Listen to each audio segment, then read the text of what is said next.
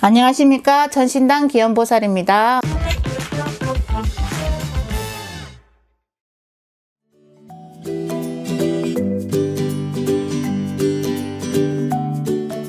닭띠들이 유의를 하셔야 되는 부분이 첫 번째는 뭐냐면 항상 말을 할 때 생각을 하고 말씀을 하셔야 되는 부분들이 있고요.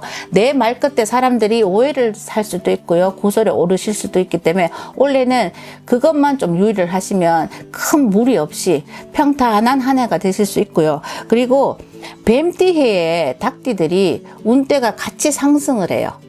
나쁘지 않게 상승을 하는 운대가 되고요. 합이 들어있다 하거든요. 이게 전반적인 거지 그렇게 사주를 넣지 않는 한 전반적인 거를 말씀드리는 거지 꼭 그 사주를 넣어갖고 이렇게 딱 그건 아니기 때문에 전반적인 걸 말씀드리면 그 운대 흐름은 그렇게 생성이 된다는 말씀입니다. 93년 33세가 되셨는데 이게 닭띠들이 유념할 부분들이요. 본인은 그런 뜻으로 말을 안 하는데도 불구하고 상대방에서 오해를 소지를 있거나 그거에 대해서 굉장히 또 상처를 많이 받거나 하시는 분들이 조금 있으세요. 그리고 33세 되시는 93년도생들은 구설 시비에 많이 좀 휘말릴 수 있는 그런 한 해가 되실 수도 있어요.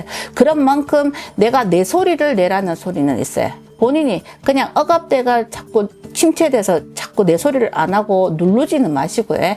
내가 이게 맞다고 생각하시면 무조건 발의를 하셔갖고 말씀을 하고 내 소리를 내고 가고 아니다 싶으면 거기에 대해서는 일절 말을 조금 삼가하시는 게 가장 본인한테 좋은 운대가 되실 수 있고요. 말로 인해가 탈이 생기거나 말로 인해가 나한테 불이익이 있을 수 있는 그런 한 해가 되시기 때문에 그것만 조금 조심하시면 되시고요. 81년생 45 되시는 그 닭띠 분들은 그 전에 있었던 일, 40대에 있었던 일들을 한번 돌아보는 그런 시점은 돼요. 터닝 포인트 시점이라고 하거든요. 앞으로의 운대는 점점 더 상승 곡선을 그리는데 머물러 있기에는 너무 시간들이 아깝고 또 머물러 있는 그 시간들이 그냥 흘러 지나가 버리면 나한테 불이익이 되기 때문에 앞에 얘기했듯이 33세에 흘리지 말고 내 소리를 내라 하는 것도 있는데 45대는 이분들도 마찬가지입니다. 그리고 중간 역할이에요. 모든 인생에 있어서 중간 역할이라고 하시는데 중간이 굉장히 힘들어요. 여기도 돌아봐야 되고 여기도 받들어야 되고 그리고 내가 했는 거에 비해서 뭔가 성과율이 없는데 어떻게 하면 앞으로 잘 살 수 있을지. 근데 돈은 너무 따라가지 마시고요. 돈은 저절로 따라오게 만들어야지 돈을 따라가면 그게 돈이 금전이 나한테 복으로 돌아오진 않는다고 했어요. 그래서 항상 구업을 짓지 마시고 항상 내가 했는 거에서 너무 자기 자신에 대한 비판은 하지 마시고요. 그냥 항상 내가 했는 거에 대한 척도는 다른 사람이 평가하는 게 스스로가 평가할 수 있는 그런 한 해가 되셨으면 좋겠습니다. 69년생 57 되셨는데 7수가 들어오면 좋은 것도 따라 들어오는데 우리가 생각할 때 좋은 게 요만큼밖에 안 돼요. 항상 보면 나쁜 게 이만큼 느껴지는 게 그렇다는 얘기예요.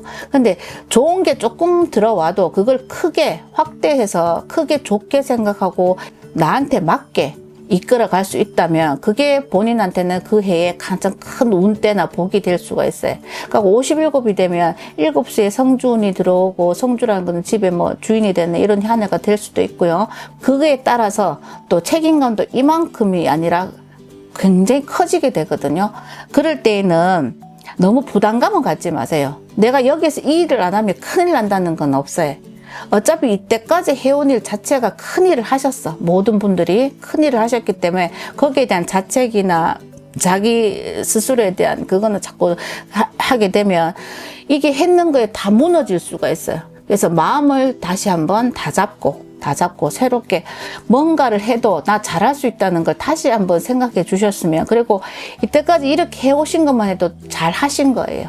그래서 이럴 때는 문서나 이런데 또 시비나 구설이 있고 문서상에 또 관제나 이런 게 같이 따로는 들어와요. 그런데 그거를 따라 들어온다고 해서 해결 안 하고 그냥 자꾸 미루기만 하고 그거에 대해서 자꾸 그것만 하시면 우리는 그거 해결이 안 되잖아요. 해결 방안을 먼저 찾으세요.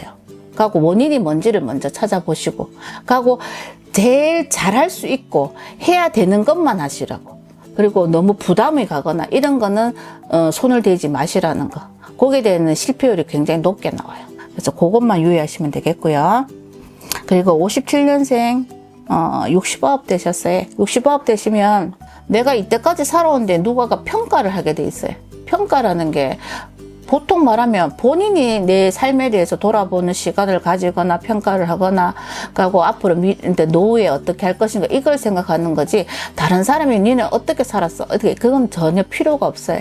항상 말하는 거는 부족한 점은 본인이 채우셔야 되고, 그리고 한 번 더 예전에 막 젊은 시절 같이 막 기운이 솟아나고 용기가 솟아나고 이렇지는 않아요.